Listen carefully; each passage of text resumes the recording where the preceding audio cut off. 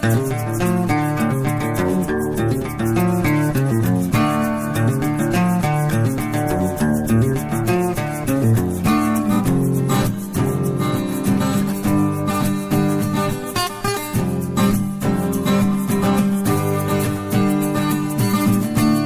to another episode of Reseller Evolution. I'm Scott. And Carl. How's it going, Carl? Good. Good. Good?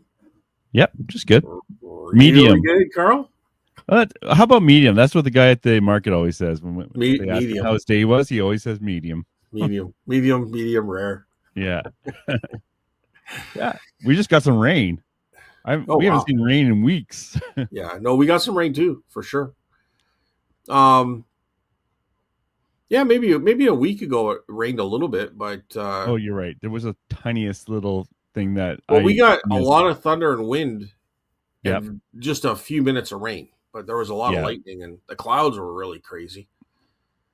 But this is good because they're having some municipalities around us are actually banning water use, like for lawns and stuff, because they're in drought conditions.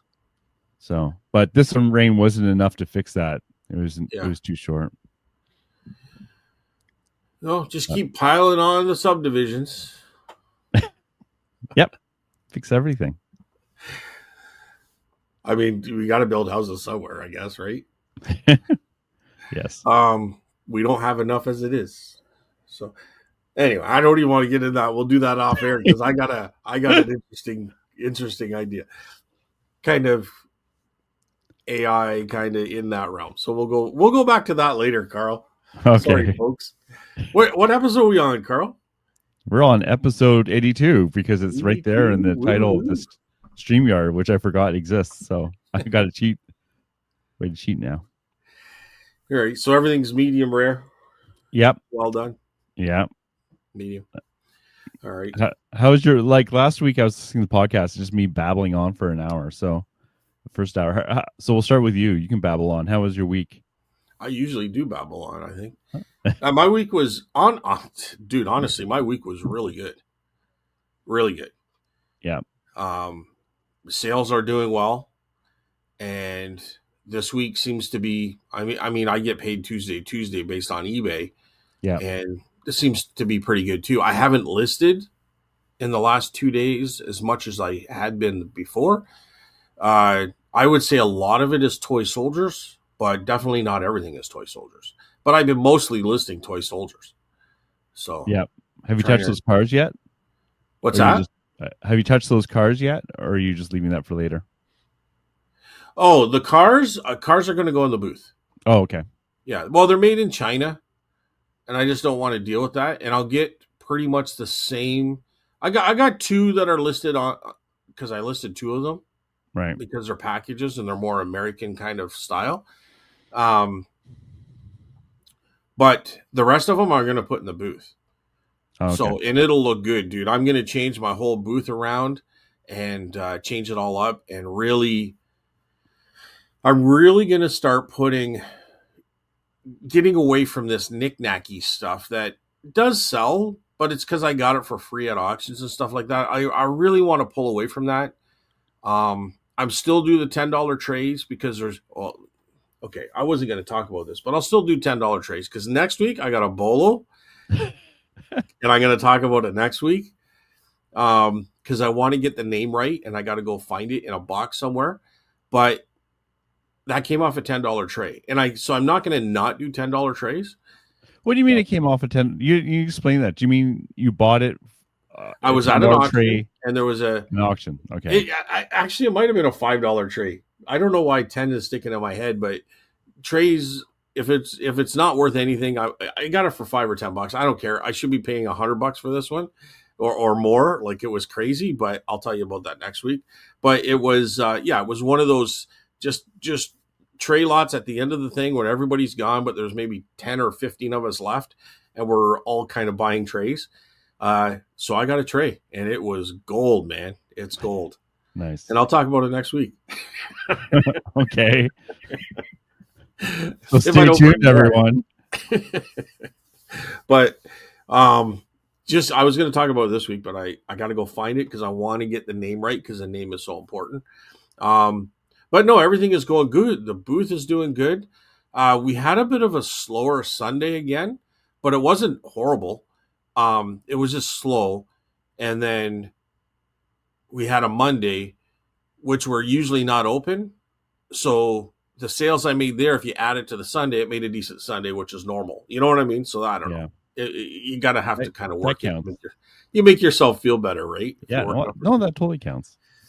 So, so at the end of the day, the week was good. Um, so everything is going good. Like everything is selling. If you go into my store, Carl, because you'll sometimes go and check out my solds. Like I'm for the amount of stuff that I've been listing, I'm super happy for it. Good. So, and I went yard sailing, first time in 3 weeks. I took a couple weeks there, and I got some good scores. I was really happy with the prices I I got this stuff for. So I'm almost 100% sure that you said last week that you're not going yard sailing this weekend, but not enough to bet on it. no, I probably did say that because this weekend I'm definitely going because it's a really good spot. Why did I go out last week? Or well, like the Saturday that just passed?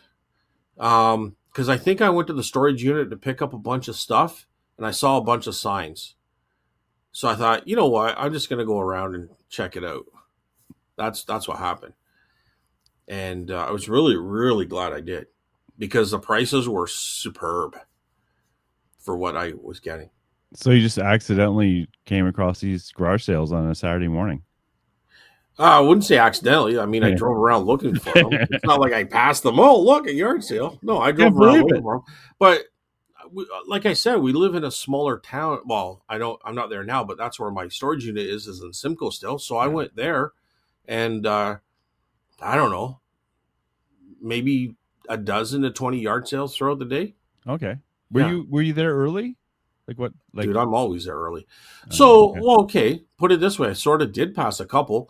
So, to get to Simcoe, I take number 3 and I go through a little town called Delhi. That's where I went to high school, and I lived at one point in Delhi, and there was a couple yard sales there. So, that's where I would have got the box of stuff and that jewelry, that bracelet that was signed, David Anderson bracelet. Yeah. Um, so I just filled up a box, $20, and I'm like, dude, it's probably a $500 box. Like by the time everything's sold retail, like it was crazy. Yeah. Like it was a whole box, right? So, um, I mean, just that one bracelet alone was $100. So Yeah. I can't remember if I mentioned on the show, but I found David Anderson a while ago too. A little ladybug. That's kind of yeah, cool. nice. I'll definitely be looking out that for that name for sure. Um, but anyway, yeah. So it was good. It was good. It was good to have a nice little, you get rewarded for working, and it's nice. You know what I mean? Like if you're Mm. putting a lot of stuff online, and I did last week, it paid off. Um, the last 2 days I did okay. I mean, I think I put 5 items up yesterday, but they were big ticket items. Um, and then I put a few up the day before that. So I just have to keep plugging away. I don't I know. see you sold one of your Heathkit Oh, pieces. another Heathkit part. Yeah, that was Yeah. good. 75 Canadian. That's pretty Canadian. good. Yeah. That poor robot. You just chopped it up like a I chopped turkey. her up. R2D2 will not come near me. I'll tell you No, that. it's like, oh, that antenna looks good. Just take them apart. You sold another one of those orthotics. If you look closely, it was an order for 2, Carl. Oh wow, sorry. Please, sorry. Yes, Right? two of them. Okay. 2? Did you see the 2? I don't know if I can. I just see you sold one, so maybe it doesn't show me amount, but Well, still. yeah. Come on, Carl. Come Well, on. what do you mean? Come on, it doesn't tell me. What do you want me to say? Does it say where there's more available or anything? It says 2 sold, but I don't know if they sold at the same time. I'm not keeping that close of a track. Yeah, 2 sold. 2 sold. Okay. Fine. Jeez. 2 Wow. souls sold. I sold a postcard. Oh, I thought you were gonna sell your soul. I Yeah, sold souls, not my soul. I don't know. 2 out of 10. But yeah, no, I sold a couple. And the Heathkit thing was good. Yeah. Uh Earth Almanac. Look out for those. This one took a little longer than most, but those older almanacs, now they're not like a farmer's almanac. They're more like a astronomy type thing. But Oh, there's a beaver on it too. is there a That's beaver funny. on that? Oh yeah. Okay, well it is Canadian. It's Whole Earth. It's called Canadian Whole Earth Almanac. This is 1970. It's fall edition, paperback, but it's got herbs and remedies and astronomy. It's kind of like a hippie type thing, but it's really into the living off the earth. You know what I mean? So I think like I had others and they sold very quickly. So And you got $45 for it. yeah, and it's like I don't know the thickness of 3 comic books. Like it's you know what I mean? It's not a really big book and it's paperback. It's just it's something that if you saw you would say okay that's probably nothing. Yeah, because that's what I was gonna say. It looks like nothing on the front cover, at least, but it is a weird design. It's like it shows a beaver sitting on like the moon or something with stars around it and other random planets. It's very strange. But And sometimes there's like nudity in there, so it's not meant to be like centerfold Playboy penthouse nude. It's more of like just being part of Earth. It's kind of so you'll see them walking through the woods nude and stuff like it's hipster naturalists, it's yeah. naturalist type stuff. Yeah, so it's very you know I think that's a better word. I think I said hippie, but naturalist might be more of a better term. Like it's more of like yeah. So it could be cultish. Really don't even know, dude. All I know is worth $45 and you got it. So Yeah, and it came out of that 3,000 book buy I got a few years ago. oh yeah. The Yeah. one that you overpaid for. Oh, way overpaid. Yeah. I know you're being sarcastic, Carl. You know, let it go. But if Dan? you look actually in some of the toy soldiers, I sold some big ticket, like 140, 120, like big ones. Yeah. So big orders, like for, Yeah. and Guy on the horseback, they look amazing. One is of a Native American with a huge spear with feathers, and the other one is a Norman knight.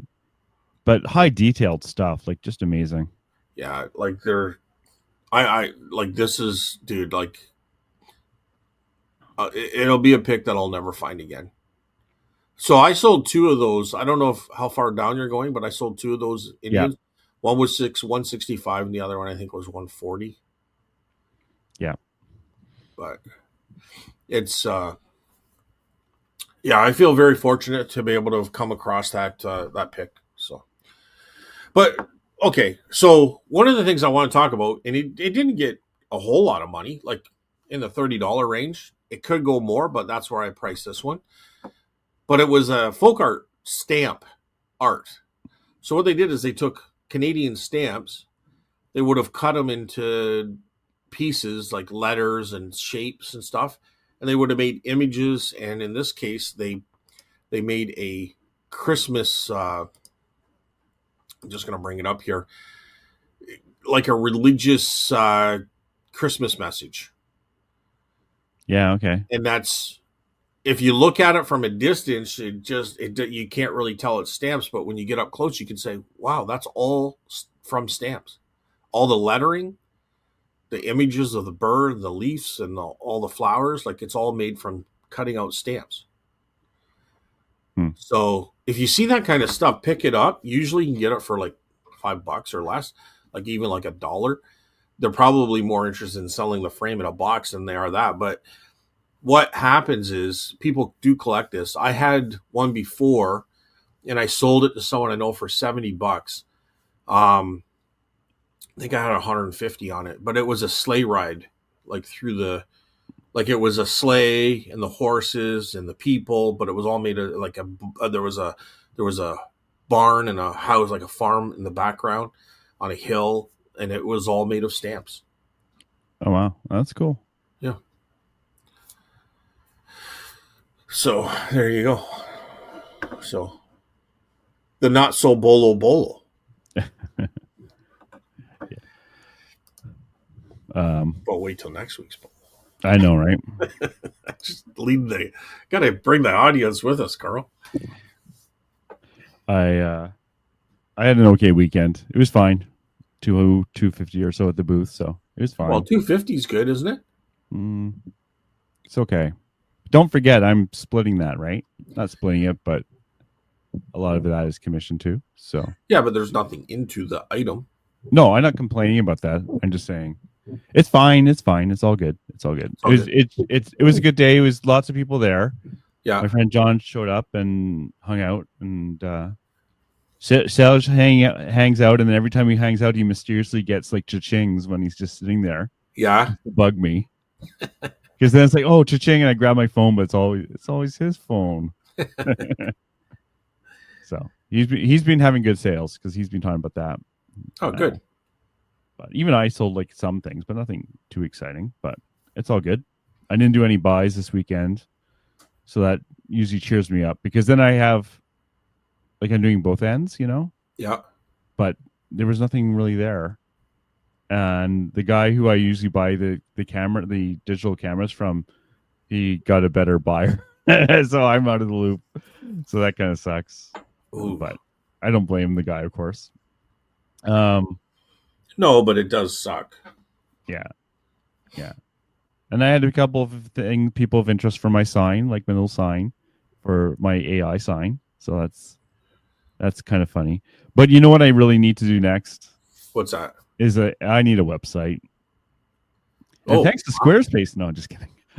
You're really going to do a website? I think so, because if the lazy part, right? I think what happens is that people might grab my little business cards I have there. Yeah. But all it really has is my email address. And I never get any responses because that requires way too much work. Yeah. So, and I don't think it's that expensive to have a website. So I might do that this next couple of weeks. Yeah, I don't know. I don't know how much it costs for a website. The domain name is something too, right? Like you'll need a. Yeah. But I'll just pick something stupid. Like, it doesn't have to be perfect. But how much can a website cost? Like $50 a month at most? Like, I don't know. I have no idea. Really, It's just a contact website. It's not like people won't be buying stuff off of there. It's just more of a fancy thing to. It's just another expense. So that means you have to sell something with a $50 profit to cover exactly. that. Yeah. But so as long as that is creating extra sales for you, then it's worth it. Yeah. So we'll see. I say things and then I never do them. So yeah. Well, I know you've talked about this before. It's interesting. I just don't know enough about that kind of thing right yet. Like I don't know. I don't know if it's something that I'd want to maintain and put time and effort in. Oh, I would just do a site and then leave it. Like, because maintain what? Like, it just is contact page, really, right? Oh, I see. Like, probably get more off Facebook, wouldn't you, or no? Well, I want somewhere like if they see my little sign, yeah, I'll put a QR code and a website. Oh, I see what you're saying. Yeah. And then when they went, it looks more official, right? It was kind of funny because the person today on Sunday said, "Oh, do you work for the flea market?" And it's like, no, none of us here work for the flea market. We're all independent, right? Yeah. So who knows? They might have wanted to sell me old couches too, right? So I kind of want to have something on there that shows what I'm really looking for. Anyways, I like the creative process more than anything else. Yeah. Because it's definitely not the money at this point. So yeah, so the weekend was fine. Like, can't complain. It was like I was talking to people all day, which is what I enjoy. And yeah, that's it. Like, I didn't do any sourcing this weekend. Amy's off this week too, so we went to the Diefenbunker, which is kind of cool in Ottawa. which is where they were going to put the MPs if the nukes hit. Well, Like I think we should put them all in there and then just seal the seal it door. up. Yeah, the doors are pretty impressive too. So not quite like Fallout, but they were pretty good. Big steel doors, Yeah. big tunnels. You know, They okay, had gold what down else are you there. going to do? But at the same time,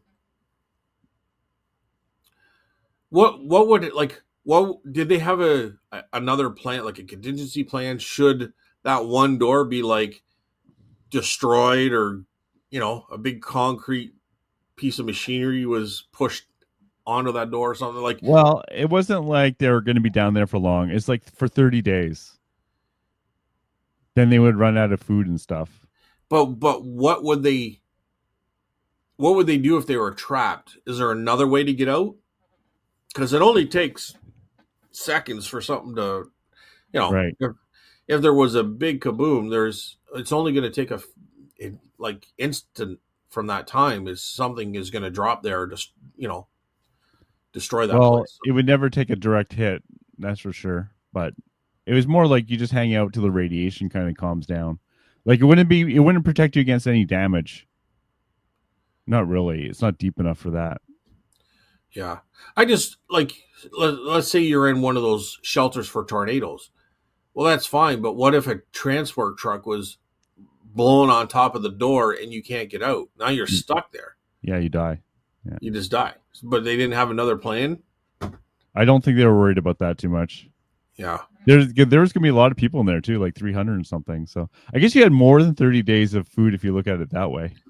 Well, if you had 300 people, well, I mean, you shut the doors after the first 10, then you got a long time. But anyways, it was pretty cool. for the fact that they can hold 300 people, like that makes me even wonder more what this thing is, because I haven't seen it. But 300 people that's a lot of people for a shelter. For 30 days. Yeah, I think it was 300. So they used it during the Cold War. It was a Cold War kind of thing. But if anyone's ever played the Fallout game, you can see like where they got all the influences from that time period. Is kind of funny.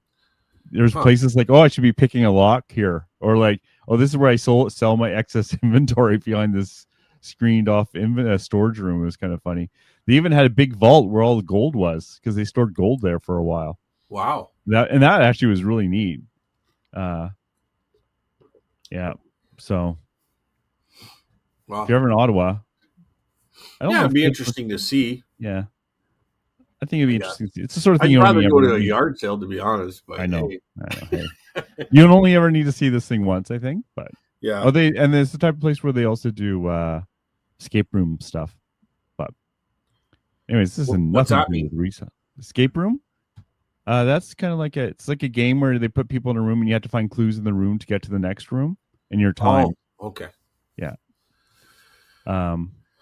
Anyways, nothing to do with reselling. So what else happened? I got a bunch more CDs, but I think I might have mentioned that last time. I'm glad you're on this show because I have nothing to talk about. Dude, I don't know. Like, are you reselling or are you retired? I don't know. I'm both, man. I did hey, I let you know I sold some postcards and I got good money for them. I got like $10 and I got $11. All right, guys, we're gonna do a quick show today. Went to a yard sale. Carl did nothing. See you next week. I sold 2 of them for $20. That's not that bad. Hey, I went and watched the movie last night. Oh, good. Went and watched Weapons. Yeah, no idea what that is. It's not bad. I mean, it depends on your taste of movie, but It's kind of horror movie comedy. Well, I don't know if it's meant to be a comedy, but there was some really funny parts, like things happened that were funny. Okay. Like it was a full theater, which I don't like. I like it when I can sit and there's nobody around me, and Yeah, I like those theaters. But this one was packed, but it was pretty good. It was pretty good. I'd like to be entertained. I'm not going to I'm not going to sit there and analyze a movie to its, it's either good or it's bad. You know what I mean? Right. And this one was good. I enjoyed it. Like I wasn't disappointed when I left. So, and it didn't seem like it dragged on or anything. So, kind of like the show dragging on. Hey, I watched Andor, the Star Wars TV show. Excellent. If people haven't seen that, they should watch Andor. Uh, What's it's I don't know. I don't know if I've heard of it. Star Wars. Well, it's Star Wars. Yeah. Have you ever seen Rogue One? Yeah. Oh yeah. So it's a prequel to that. Oh I won't okay. spoil what's happening, but it's the acting is really good. The story is really good. The sets are amazing. Andor. So this has been 2 seasons, and if you guys like Star Wars, definitely go see that. Hmm. Yeah. But it's in theaters. No, it's TV show. It's TV show. Okay. Yeah. Anywho, I just sold a naughty noddler for $45 naughty out noddler of the booth. out of the booth. Okay. Yeah. Stuff's working today. So she probably had to carry the naughty noddler. I don't know why that hasn't sold earlier. That was kind of one of the funnest things. And I probably would have got more online. That's what it's a probably from the 50s. It's like a porcelain. It's not really ceramic. It's more of like a matte finish on a porcelain piece. And it's this woman. She's laying down almost like she's suntanning, but her one leg is upright and it rocks, and then she has a fan and it rocks too. So it's just balanced on this little. It's just balanced, right? It's loose and it's balanced, but the Okay. leg, and it's called a naughty noddler, Okay. I like the name. and she's in a bikini type thing, right? Of So course. yeah, They were so at ease with stuff like that in the past.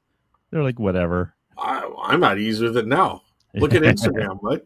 Yeah. Yeah. Right? But no, it was kind of fun. Kind of fun. I sell booby cups and different things out of the booth. Oh Like yeah. they I'll, sell all the time. yeah. Yeah. I have no problem with any of that stuff. We're too paranoid. But But yeah. Um, what's funny is how big a display makes for when you're selling stuff in the booth. Like I've had these watches from my friend John forever, and they haven't sold. And I got like a kind of cool display case. Not even that interesting, just like a nicer display case. yeah, Put it at the front and sold a watch almost right away. It's just because it just looked so much. Even the funniest thing is John said, "Oh, what are those watches?" And I said, "John, those are your watches." Hmm. They just look so much better when in You the should have said, display. "Hey, do you want to buy one off Yeah, I me?" should. Yeah, yeah, that would be. Oh man, I didn't think of that. But you got a good point though. Like this naughty noddler, I've had for a long time, but I always kept it locked up because I didn't Yeah, want a it, leg. Like yeah, once the leg goes missing or the fan, like it's nothing, right? It yeah. needs both of them. I didn't want one broken. It's very brittle because it is like a porcelain. It's even a ceramic. If you drop it, it's going to break. But this was very thin, lighter stuff. But anyway, well, it was locked up. And 2 weeks ago, I lost my keys to all my cabinets. No. Yeah, I can't find them. And because we moved, all my spare keys are in Oh some box no. that I put in a box, and I don't know what box I put it in or where it is. So I can't find them. So what I ended up doing is taking all the locks off all but one cabinet. I just because they're just screwed in, right? And then it has a thing that locks it. Well, I just unscrewed them, took the locks off. So maybe they can access it because there's no lock on that now, and that's why it sold. I would think so. Yeah, I find anytime you lock up stuff, the It, chance of someone buying it it decreases substantially. Because yes, for sure. for one thing, if it's locked up, they think everything in there is too expensive, and number two, they don't want to hassle anyone. Well, yeah, well, it's too much of a hassle. The idea is to get it in their hands. Once it's in their hands, then it's a higher probability of selling. But if you put that barrier up for 100% for whatever reason, Yeah, it doesn't. It takes longer to sell. Um, it's the Sometimes same. maybe the tag got flipped, or There's that too. Yeah, I try to show the prices in those cabinets, but honestly, no one looks in the cabinets. I'm actually going to get rid of that cabinet because it's the locked one because it's just too much of a hassle. And well, I think there mm, are certain things that have to be locked up though. Like anything yeah, gold or silver is totally getting locked up. yeah, Um, silver is hard. I am always there when I have the silver, but it does. I don't think it's a perfect solution. So but I have old books too that I don't want people flipping through and breaking or Yeah. wrecking the spine to or something, No. right? So it's more of for the protection of the item than it really is for the theft. Even just having the door closed might be enough, right? Like, but Yeah, I get it. I I don't get know. it. Yeah. Like there's some Yeah. goofballs. Like it's a small percentage, but it's just that one guy that comes in there and then he messes up all my records and he doesn't neaten it back up. He just like leaves it or my CDs. Yeah. Like, dude, like I don't do that. You know, you don't go to someone's place and fucking destroy everything. You know what I mean? Like Yeah. I don't know. It could. I don't think it's kids. I think it's honestly adults. But it's like just disrespectful. Yeah. I haven't had too many issues with children. Usually the parents are pretty good at getting sticky fingers off my stuff. Yeah, But I don't know. I don't. but you I don't dare. think. I think. I think it's good for kids to come in and kind of see the antique and start to appreciate it at a young age. I don't have a problem with that. It's just. I don't think they're doing it. I think it's just adults are looking through stuff and like kids don't care about records, right? No. Like 10-year olds aren't going to care about records. But I just think some adults are just, you know, they just, I don't know, disrespectful. I don't know. Just keep it neat. Like you guys are buying this stuff. You don't want it destroyed before you have a chance to buy it. You know, you're here because you want to buy something. You know what I mean? Hmm. Like, I don't know. It's just, I mean, like, I think I haven't. I only had one thing break, and it's because it was moved a shelf and it wasn't secured properly. But that's so fine. Like eh. everything else has been good. So But that's why I lock this stuff up. Like, I just don't want, some of that older stuff to get. And sometimes people come in there and they think it's a toy and they start playing with it like it's a toy, but really it's a very collectible right now. You know what I mean? So yes, so they're sitting there and they're trying to be funny and impress their significant other. And I don't know. It doesn't happen often, but every once in a while it does. yeah, But I just don't want to take the chance for something to break or be destroyed or stolen, you know. But I yeah. say that loosely because we don't really have there are thefts, but we don't really have like a high amount of thefts for sure. I haven't noticed anything yet. I haven't had to do the hey, what happened to that thing yet? Yeah. So And you're right there too, right? So, I'm right there, but there is a lot of people going through, right? yeah. So I whatever. don't Knock think on wood. theft is as big as a problem as people think. It just it stands out and it hurts. It's like getting scammed on eBay. They're so few and far between, but when it does, it hurts and it stings and it's embedded in your brain. Yeah, and then you stop eBay. Not you, but some people do stop eBay, and you hear about it Yeah. at the market. I got ripped off once 25 years ago. It's like, okay, Yeah, and that same story gets circulated and you hear it told differently. Hey, Bob had something stolen or blah blah blah blah. And it's one theft, but it rings in your head 500 times. It feels like 500 thefts. You know what I yeah, mean? because it's personal, right? Yeah. Okay. So, Adam Wakefield, I just want to bring this up actually while I'm thinking of it. He clarified his question, and he met resellers that make over 100K a year, which I assume is net. Um, and he says, is it simply because they post better, more expensive items, or better places to source from? Things like this I was referring to, and it's like the answer is yes, but I've never netted 100K. Like I'm not even gonna pretend to be there, like because it requires a lot of work. Like for me, and I'm just talking in generalization, not my exact numbers, Yeah. but I net for every $100 I sell, my net is around $50, right? And I Which know that because I do my math, right? which is as a business, 50% is pretty good. Oh, if it was retail, that would be that'd be amazing. Yeah. As a reseller, though, I've heard a lot of resellers say it's about 50 for them too. Uh, Yeah, it's probably 50%. I think like it's such it's such an interesting way of looking at things, because some things you can really say that you don't really have anything into because one item pays for a lot. You know what I mean? But at the end of the day, you have to account for like things breaking, not selling. There's a lot of other things that go into that, right? Oh But yeah, I would say at least 50% is where you should be. I think so. I think Like it's I think fair. you're paying too much if it's not. Yeah, and I've always said like cost of goods is actually, it's probably more like 15% or 20% at most of that amount, because shipping is very expensive, and like all the other stuff you don't even think of, right? Like gasoline or like repairs or who knows what, materials and all that stuff builds up over time, right? I think Yeah, 50% but is just an easy math thing too, right? but But it's I know but mine's it's about 50 but it's percent. expenses too, right? So expenses can help offset a lot of things too, right? So Yeah. So like, with his 100K there, I know I'd have to sell about $200,000 a year to net 100,000. Um, and not to go into math like I have in the past, but you could break that down, right? Like I did break it down because I'm nerdy that way. But I'd have to sell about $770 gross a weekday every week to make that kind of money.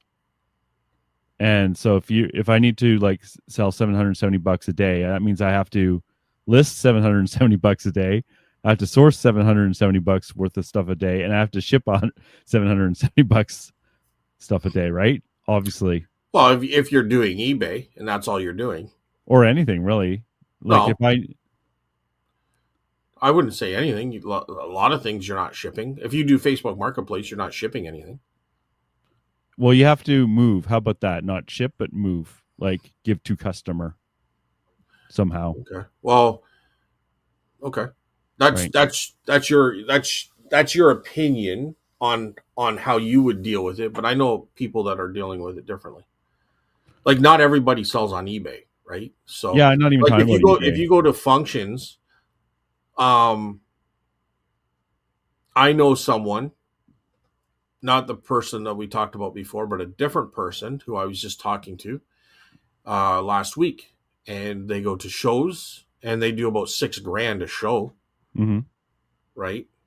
So sure, you can spend a whole day at the show, maybe even 2 days if you count setting up the night before, but they're doing 6 grand in 2 days. Yep. But You they're know what I not doing mean? a show every single day of the week. Okay, do one a month, do one twice a do 2 or 3 a year. You know what I mean? Right. It doesn't mean, what I'm saying is there's other ways of reselling. If you did Facebook Marketplace, you did eBay, you did these shows a couple times a year. Yeah. Um, you had an antique booth or a flea market. Yeah. You know what I mean? There's other ways to do things Yeah. And I'm not differently. even talking to eBay with my numbers. The numbers are just math. It has nothing to do with No, but eBay. I'm saying for me, I put a tag on something, and once a week I drive in and put it into the antique booth. I don't have to ship anything. I don't have to sell anything. I don't have to do anything, right? And it sells, and I do well at the booth. So I'm just saying there's different ways to do things. Like everybody's eBay minded, and I understand that. That's kind of more of who we talk to, but there's a lot of people that sell things differently, and people who do very well that don't even touch eBay. That's Yeah. all I'm saying. So if you want to say eBay reseller, that's different. But if you want to say a reseller that does well, I think if you do multiple different things, if you're a hustler, I think 100 grand is way obtainable, way obtainable. If you can find the right stuff, if you can source stuff, and you're consistent, that's just my opinion. That doesn't mean you have to have the same opinion. That's just my opinion. No, I think it's all important. I'm just saying, like with his question, right? Like he doesn't say eBay, he just says big reseller. Yeah. And So I'm I'm not going to talking. assume he's talking eBay, but I don't know that. But if you're just Right. talking about how can a reseller sell things, like That's all. Yeah. That the numbers, math has nothing to do with eBay. right? The one thing he If did, just in time flipper, right? I would love to see what he does because he is a hustler Yeah. and that guy finds good stuff and he goes to these big shows. And in America, in the US, these shows are way more massive than anything around here. And they're more So frequent so why as do you well. think he does well? Maybe that's more to the base of Adam's question. It's like, what are these guys doing to make this money? And I think consistently and having the ability to source well. So it doesn't mean you have to have good sources as much as the ability to source well. Because sources can dry up, but you have to be able to get out there and find it. So what makes these guys successful and other people not successful? Are you asking me or Yeah, I'm asking you. I'm gonna say consistency and work ethic. Like I agree. Yeah. to be able to get out there and hustle. Yeah. And it takes a little bit.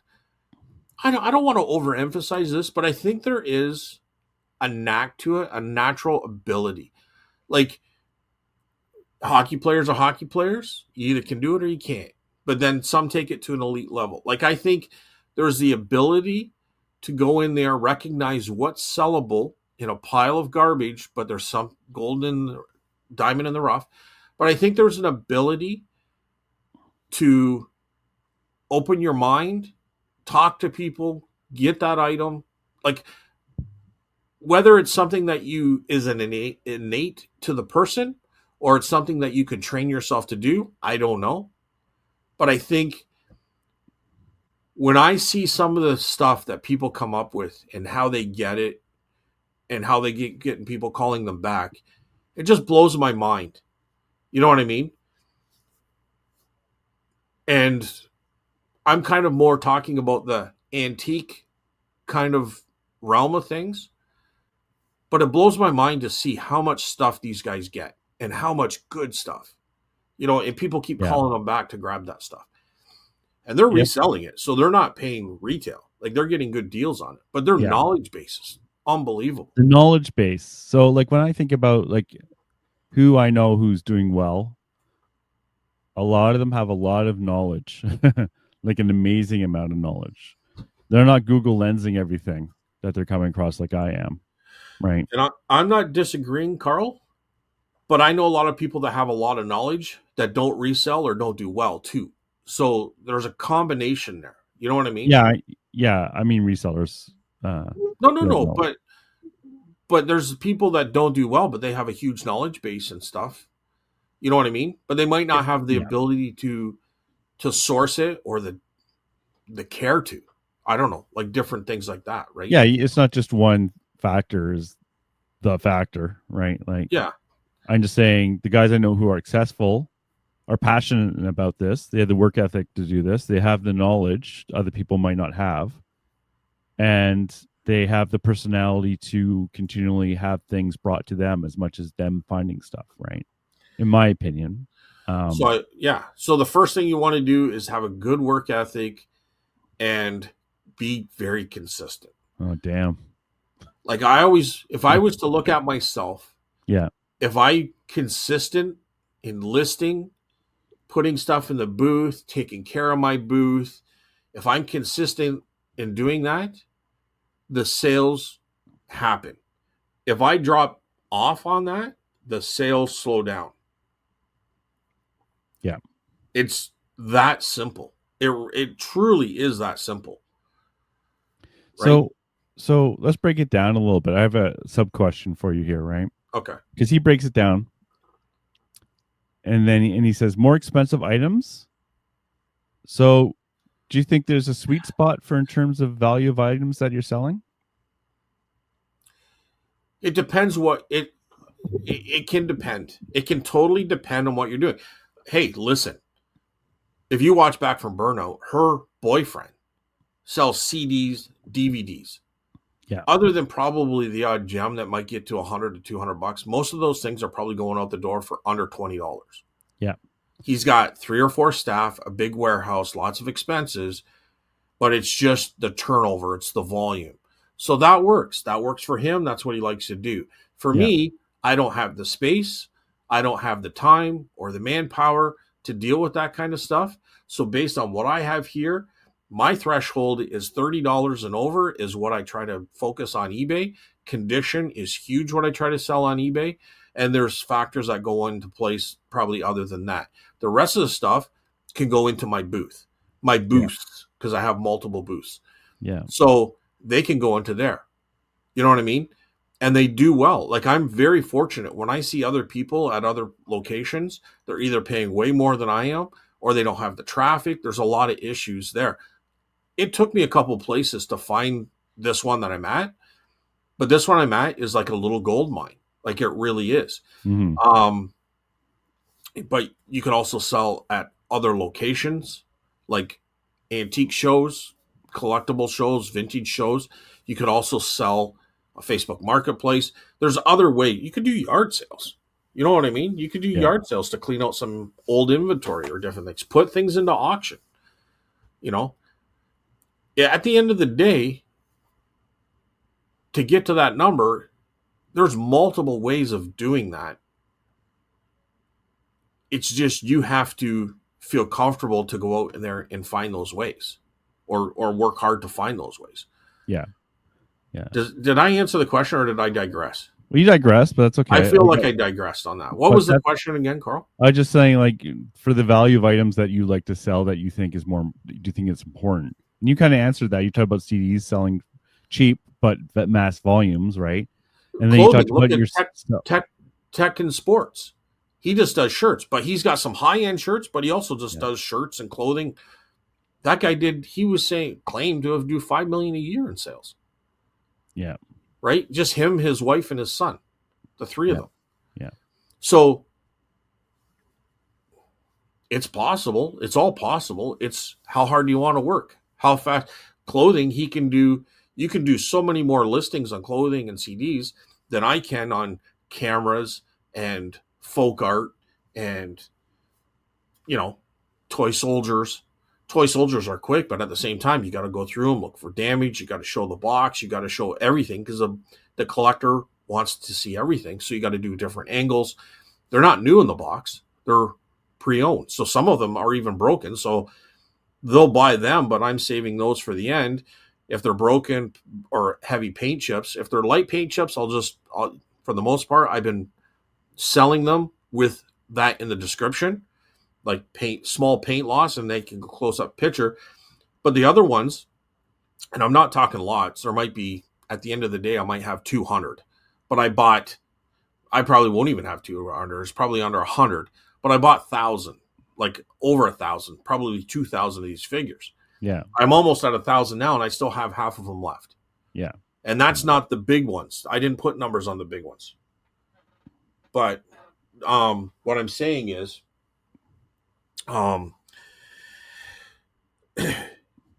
like some items you can zip through quicker. If you look at a guy, his name is Spencer, or Spencer Flips or something like that. He just does shoes. Him and his wife list about 25 shoes a day. They do 400,000 US a year at the end of the year. That's what they're claiming, and I don't think they're wrong, because they're showing their numbers and how they go through it. They have a little warehouse. They go in for 8 hours, but all they do for those 8 hours is work. Like, there's no watching TV or taking time out to do something. Like, they clean the shoes. They have a whole system, and he'll clean them. The wife will take pictures of them. She'll put them in a tote. They're next to the desk. He goes through every single one with the listing, and they sell shoes, right? So there's a process there. It's the same thing, so it's easy for them. So I'm just saying, I don't think it's easiest just to come up with, that's what they're doing. I think there's a reason these people are doing it, but everyone's reason could be slightly different. But at the end of the day, it comes to consistency and a good work ethic. Yeah. And, we each do things a little differently. I think, what I mentioned last week is, like, I have noticed a lot of them do niche down, but that would never work for me. Like, for me, it's like if I have a critical path problem, it's discipline to actually list stuff. I have the inventory. I have the valuable stuff. I just have to list it, right? That's the work ethic is what keeps me back. But and for other people, I think it's hard because like everyone thinks different. Like for me, like knowing your numbers is really important. But for other people, they feel it's not as important to pay energy into that. So and they're very successful without doing it. So, I you think have you to, got to know your numbers, but I don't think your numbers are going to make you better. I think the numbers can tell you what you're doing, but I don't think they're going to make you better by knowing your numbers. I think your work ethic is going to make you better. I think your ability to source, that's going to make you better. Your numbers are just going to keep score. yeah. And for me, it's different. Like I feel your numbers are the glasses you need to tell you where to go in your business and where to put your energy. But, Yeah, like we honestly, totally do see that yeah, differently. we see it differently. That's fine, right? Like Yeah. everyone. So, yeah, Adam, you have to kind of know yourself a bit too. If that's your goal and that's what you want to kind of, because are you like both Scott and I are both the same way when it comes to this. We don't niche down. Like we might have things we know about, but we don't. We won't. There's too much we won't turn down if we think there's profit there. We both have a wide variety. Like we'll have lamps, we'll have, comic books, we'll have records, we'll have cameras, we'll have toys, we'll have like who knows, we'll have Heathkit robots. It's like we're Yeah. definitely not niching down. So, uh, but maybe you love niching down, right? And you can delve deep into one category, and that might work out for you. And Yeah, I don't think it's any one thing. I think honestly, Adam, like I don't know if you're I guess you're asking a question. I should read this a little bit more, but I think see, I come from a different way of doing it than Carl does in that I started with the antique booth, so I saw reselling differently from the beginning, and eBay was just an interest, but it developed into I understood the importance of it. But I also like how I started because I learned a whole different system of a whole different world that it's hard to explain. It's really hard to explain. So I just see it differently for me, yeah, yeah, and I'm not right? saying you're Because wrong. Don't get me I don't wrong. want to say I'm putting down like how can I put down eBay sellers that are making $5 million a year, like Tech and Sports, or Yeah, back from Burnout's boyfriend, who knows what he's making? He's probably up there too. Like they didn't do what I did, right? And I'm not doing 5 million a year by any means. I'm not even. I'm like the two shirts they threw in the garbage. That's where I am. But I'm just saying that like I, I guess at the end of the day, I'm very happy with what I'm doing and what I'm finding and the stuff I'm selling. Like I think if I was doing shirts and CDs, I think I would have quit a long time ago. I'd be yeah, me like too. pulling my hair out. Yeah, But I enjoy finding what I find, and I enjoy the dig, and I enjoy meeting people and getting out there and doing all this kind of stuff. But I don't know, just to have a truckload of shirts pull up to the warehouse and CDs every day, like I would enjoy that. I don't know. yeah. I think So it also I depends on digress there very quickly too, but yeah. It like depends trust what me, I'm the two shirts they threw in the garbage. Just yeah. put it that way. Like, Yeah. but I'm the garbage picker finding those shirts. That's what I'm looking for. But not shirts, it's everything else. But I don't know. I don't know. I'm kind of rambling on there. I just don't think it's that hard. I think you can make as much as you want. You just have to if you can find places to source and items to source, you can do whatever you want. Yeah. Yeah. And I think the sky could be the limit to be honest with you. Like look at the people who are selling stuff by going to China and getting all these little knick-knacky things by the hundreds of thousands or millions, I guess really. And they're Yeah. selling for like $2 or $3, like keychains and crap like that. If they're just selling in bulk, like they're doing great businesses. You know what I mean? And they're kind of the middle guy. Yeah. They might be selling bulk keychains to stores, Yeah, there's all little niches you can get into, right? So, and okay, they're you got probably not 500 making. keychains. You're Yeah. selling them for, I don't know, 50 cents a piece, and then they turn probably even 10 cents a piece. I don't even know what they would be selling them for. And then they'd sell them to a store that's going to turn around and flip them for $5 a piece. But they don't care. They're just, they're making them for 2 cents a piece. You know what I mean? Yeah, They're probably making more than anyone. exactly. So it's just crazy. So you just have to use your imagination, find out where you want to be, and then put a heavy work ethic into it. That's what I think. Yep. Yep. There's a couple. I forget this guy. He used to deal a lot with Pokemon and stuff like that. He had a really the channel was starting to explode. I think he was around maybe 2,000, and then it seemed like within no time he was up to 10,000. And I don't know. I just maybe his show stopped popping up or something. I don't know if he quit, but anyways, he would just do antique booths, and he would sell like at 5 different antique booths, and that was his whole thing. And he would just, I guess, every day to the.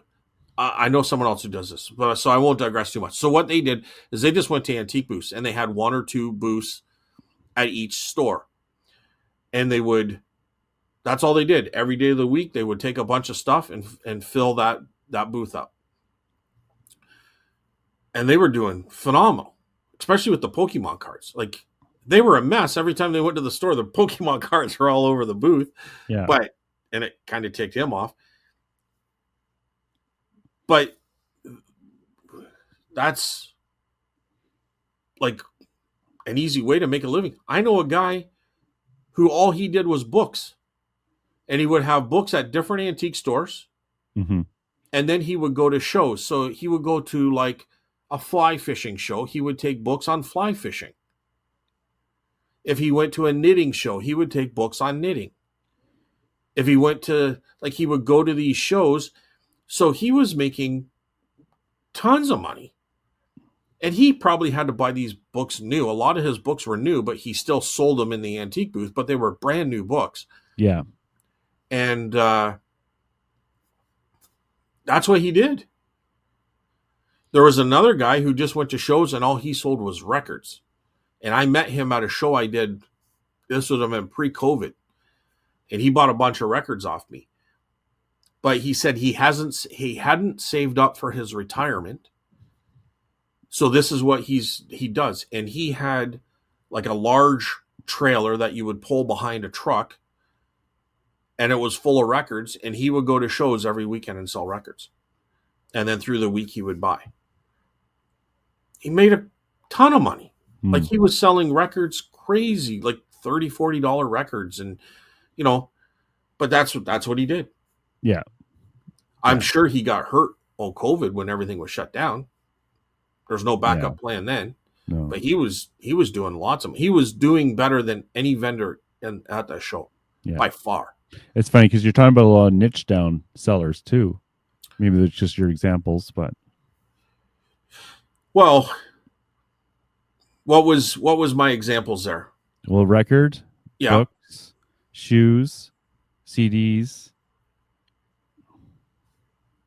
clothing. Yeah. So those were niche down guys. I couldn't do it. Like I said earlier, I couldn't do those things. Records, maybe I could if I got to know them, but I couldn't do it. I like doing what I do, right? Yeah, me too. Like I'm not saying there's anything wrong with what we're doing, but a lot of the examples I'm saying that you were talking about with successful people who happen to have niche down. But maybe that's just the ones that came to your mind. They're niche down.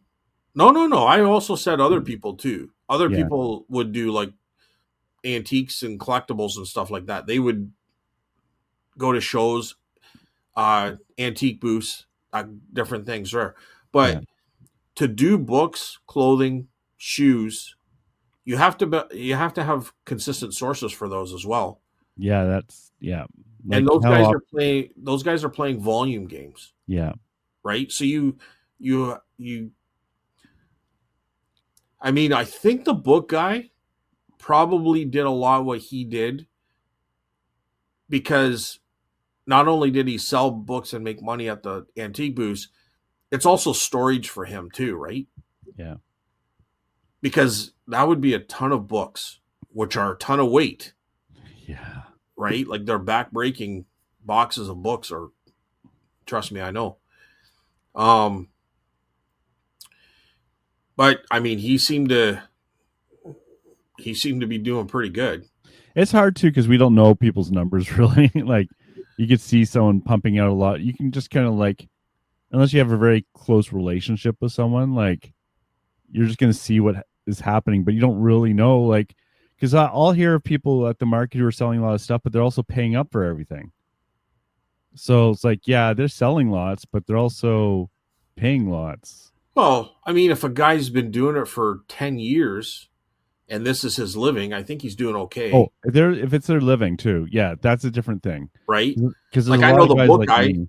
I know the book guy personally, because what happened was a large antique booth closed down and we went there to pick up some cabinets, and he was disappointed that he was having to move because he was making money at this place, Hmm. but he had multiple locations. Yeah. And I got talking to him because he was selling some of his shelving, and I bought some shelving, and I told him that I have an antique booth, and he asked me where, blah blah blah blah. So I introduced him to the owner at the time. It was a different location, and he ended up selling books at that location. So I know he did well. He Yeah. was one of the top vendors. Like, people buy books. You might not realize it, but books are very, very good seller. Um, so I know he did well, and I know he did it for a long time. Um, did was this a? I started commenting on a question, I think, Carl. So that's it. I think that's it. Well, Adam, there you go. Nice, clear answer. Well, there's so much going through my head, and I don't I want to know, make this a right? 10-hour spiel. But I mean, the bottom line is, I think if you can source a certain thing and you want to be niched or you want to be eclectic, I don't think it really matters. Yeah. I think as long as you can source stuff, you know what I mean? Like, if I was niched down to just books, I would miss the toy soldier deal. If I was just toy soldiers, I'd miss the train deal. You know what I mean? Like, Yeah. I or I wouldn't go yard selling and I'd miss the Heathkit robot deal, or I'd miss all these deals. If I didn't do cameras, I'd miss the 2 cameras that I bought this week. So I like what I'm doing. Um,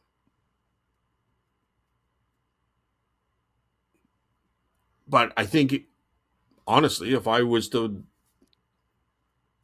put 10 hours a day just on listing and work at a pace without watching TV, and I did that 5 days a week, 50, 40 to 60 hours a day, or a week, I mean, who knows what you could end up making.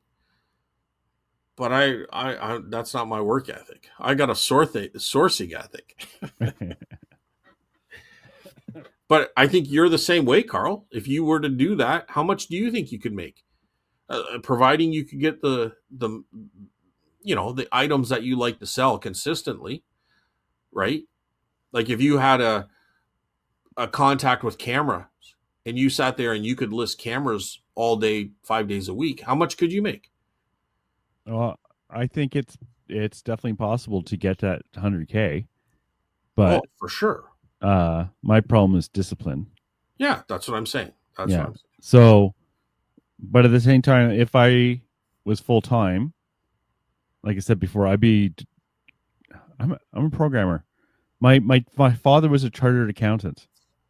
I know for us how important the numbers are, and I know other people don't think that it's I as think critical as I do. So, I think you don't think I know like when I say the numbers aren't as important as a work ethic, I'm not saying the numbers aren't important.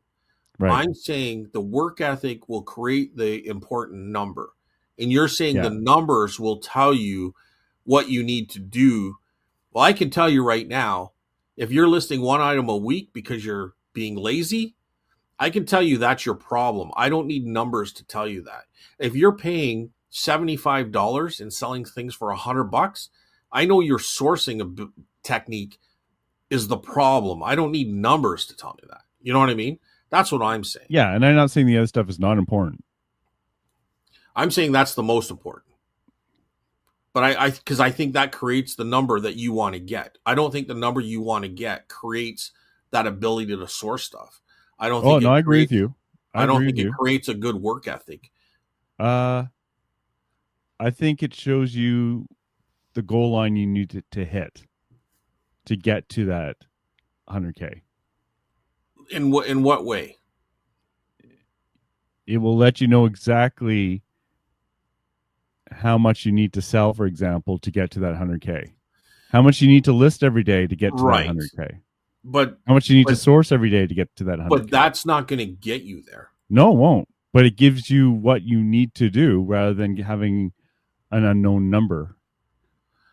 Okay. I would never disagree with that. Yeah. Like if you go and do everything every single day and your number that you're trying to approach is reachable, then yeah, you'll cross that finish line.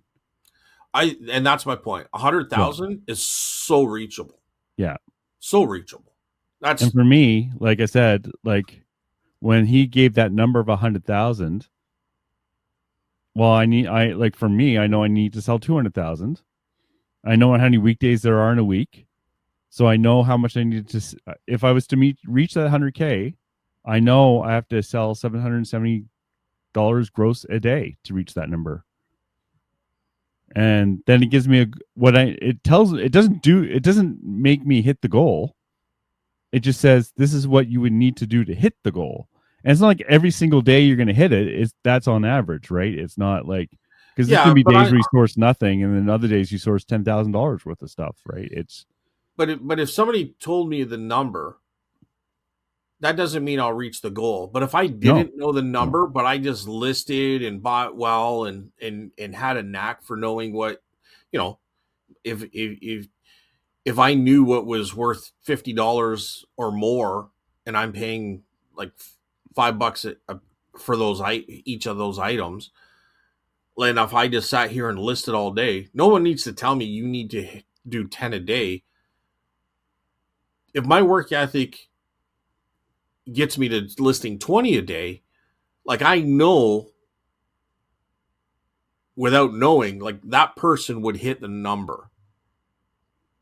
You know what I'm saying, yeah, Carl? I know what you're saying. You're saying Right? So you're not. Oh, you if I see a guy listing 20 items a day and he's out there sourcing 50 $100 items for like 5 or 10 bucks a piece, I can tell you that he's gonna hit his number. I don't need to know numbers to know right. that guy's gonna hit 100 grand. It's just we have different ways of looking at things. As simple as Right? that, right? So I don't know why it sounds like it's raining outside. Like I don't know if that's the air conditioner kicked on and I don't have the TV on so I can hear things differently, but it sounds like it's raining outside. I apologize because I had to pause this earlier, but to me it sounds like it's raining outside and it's not. It's sunny. Scott's But been I'm down inside in for the a while. basement and it just sounds like anyway, sorry, Hearing Carl. things. That's right. But anyways, yeah. So Adam takes us on this wild ride every single time, right? But so I think it's overly obtainable, Adam. I think you have to work hard. I'm not saying it's going to happen overnight. That's for sure. Like you have to build these things up. Oh You know, yeah, it definitely. I agree with you with that. It's not like a turn on, turn off situation, right? And sometimes like these sourcing things takes a long time to build and understand, and like you could waste a lot of time trying to source from a way that is just unproductive in terms of stuff you find, and right? look at Siraj. He does pins. Like Yeah, he's probably doing pretty good. He's niched down. He can get his stuff in bulk and all this kind of stuff, like I would like to hear his number. Like maybe we should have him on the show if he wants to talk numbers. But He he, just did a big buy yesterday. I know for sure. but Actually, those pins, he could probably list 100 in a day. he does list You a know what I lot. mean? I guarantee you Yeah, he could do that. So yeah. how much? Okay, maybe pins aren't 100% going to sell, but he might only have to sell 30% of those listed to deal with it. I don't know. I don't know. We should have him on to find out. But that'd be interesting because he niches. Does he do other things? I know he He likes does do gold. other things. Does he? He likes pins because it works well for him, right? Like, Right. So uh, maybe we should have him on and ask him this question. Maybe we should sure, have Jamie come on and ask him this question. sure. Right? Because I would be interested in find Jamie from Thrift on Fire. I'd be interested to hear his I don't know if it's a strategy. I'm going to say strategy, but what he thinks of this question, right? Yep. Yeah, So yeah. And you'll get 5 different answers from 4 different people, I'm sure. no, we'll get 3 from 4 different people. Oh, okay. That's just whatever I say, eh? We're going to get Well, if you 3 do the people. math and the pair number of questions per person per day, there's 260 days of work days a year, and Listen, I don't disagree. I think, like you said, you can do the math. It might tell you how you're doing, but I don't think it's going to get you to where it'll tell you a goal and what needs to be done, but it doesn't mean it's going to get you there. well, I agree with that. I think work ethic and the ability to source is what's going to get you there. I agree. Consistency, I agree with consistency that. is I work agree with ethic. that too. Yeah, all of that I agree with. So, uh, anyways, this horse is begging for mercy. I think at this I don't point. know. So, Tina Mac's missing yard sales. Yes. There hasn't been any many around, but I've stopped looking. It's so bad. But we Jamie can account for this too. We live in an area where there's lots of yard sales all the You have time. lots of small towns around you too, which helps a lot. But Yep. I think where Tina Mac lives, actually, there's more of those around. But whatever. How would I know what's down there? Nova Scotia's Randy is thinking that the post office strike should be resolved fairly soon. Thrift on Fire, deep dive into Bigfoot. He likes that to our pods. And Ken, he's changed his name or has a different name here, but Yeah, yeah, that's funny. he's talking to you. Turned down 80 records himself, came down to 15. Yeah, because I think someone tried to sell me classical music the other week, Oh, and I was like, no, thank you. well, good to see retro guy, Ken. That's how I know him. Chip man. But yeah, good to see everyone in here with the comments. Yeah, We appreciate thank you, it everyone. for sure. So there you go. I don't know, Carl. Did we resolve limped through anything? this one. I think we limped through this episode somehow. Oh, it's craziness. Crazy. Yeah, like what's going on this week? Nothing. I got a whole bunch of free CDs and a big tote bag next to me I need to go through. But the problem with CDs at my booth is that like John has a bunch there, and he actually brought in a great shelving unit he built. It's so nice where he put all the CDs. But I'll mix them up if I bring mine in. So that's the one downside about sharing the booth there, but that's okay. Mostly just make sure I donate everything that needs to be donated because I don't want my basement to fill up again. Oh, I had a horror story from someone who came into the booth this weekend because he might sell me stuff, and Yeah. he has his name Carl too, and he had the dreaded hot water tank blowing up and flooding the basement while they were of course gone for a couple of days. Yeah. And he just refilled the broken hot water tank. He said thankfully he had most of his stuff in bins. But you know what's funny? It's like in reseller world, there's like some common themes. Like one of them is a lot of guys have done metal detecting, for example. Okay. Another one I noticed is guys are into minerals quite a bit. Not a lot of them, not nearly as metal detecting, but a few guys are like into buying minerals, and he was into that too. It's just funny come across these themes. But anyways, that was terrifying to me because like I have a hot water tank that needs fixing, and not everything around here is nice and protected. And I just think of Prime Time Treasure Hunter where there was a leak right above his comic book collection. Like, can you imagine a more horrific event that could occur? Well, Ooh. it's weird, dude. Like, I didn't know he had a leak, but Commonwealth Picker had a leak. Oh, did he too? Yeah. Yeah, like I don't know, 6 months ago, 4 months Oh, ago. And I know someone personally around here that had the same thing. Luckily, their stuff wasn't damaged. it's so But scary. Yeah. wow, that's a lot of leaks. Yep. Like Well, it's just just in the reseller world, that's uncanny. That's like eerie. well, I like to say I'm all disciplined here down in the basement, and everything's nice and protected. It is Now not. that you said this, like I'm like, oh my god, what I do? Or I think we mentioned last week, like the case of what happens when someone dies, and you have stuff at their place. That's a nightmare, and that happened a few times in the last few weeks too. Yeah. So, Wow. yeah, Yeah, that could be a nightmare for sure. scary stuff. We were talking about that too. Yeah. Anywho, All right. I got nothing else, Carl. no, that's it. Yeah. Well, yeah. What can I say? Thank you, everyone. All right. Thanks. Scott is so confused. He's like, "Is it raining? Is it not raining? What are we talking I about?" don't know. I can see a little bit of sunlight here through the window, but it's one of the basement small windows, so I think we're okay. But honestly, it sounded like it was raining. That's twice I had to pause and Check once it I had out. to pause, and the other one I just talked through it. Do you have your coffee there? Is there? I haven't seen you drink Timmy's. Yeah, Oh, there it is. Okay, it's it's a all good. large today, dude. Yeah, the extra large. Excellent. Okay, well, thank you, everyone. Yeah, that's it. All right, Carl, you have a wonderful week. I'm going yard sailing. I don't know if you are. No. No, I'm going. I'm going to go hit some yard sales, and then that's about it. Sell some stuff, list some stuff. I might do some of that. I can list some stuff. I vow this week I will list some stuff. It's okay. It's all good. My store has 400 and something in it, and I just can't keep it. I can't get it higher. It's just running out the door. That's a good No, problem. actually, I had a pretty good week though. Sell consistently or list consistently, and you're going to make sales. Yes.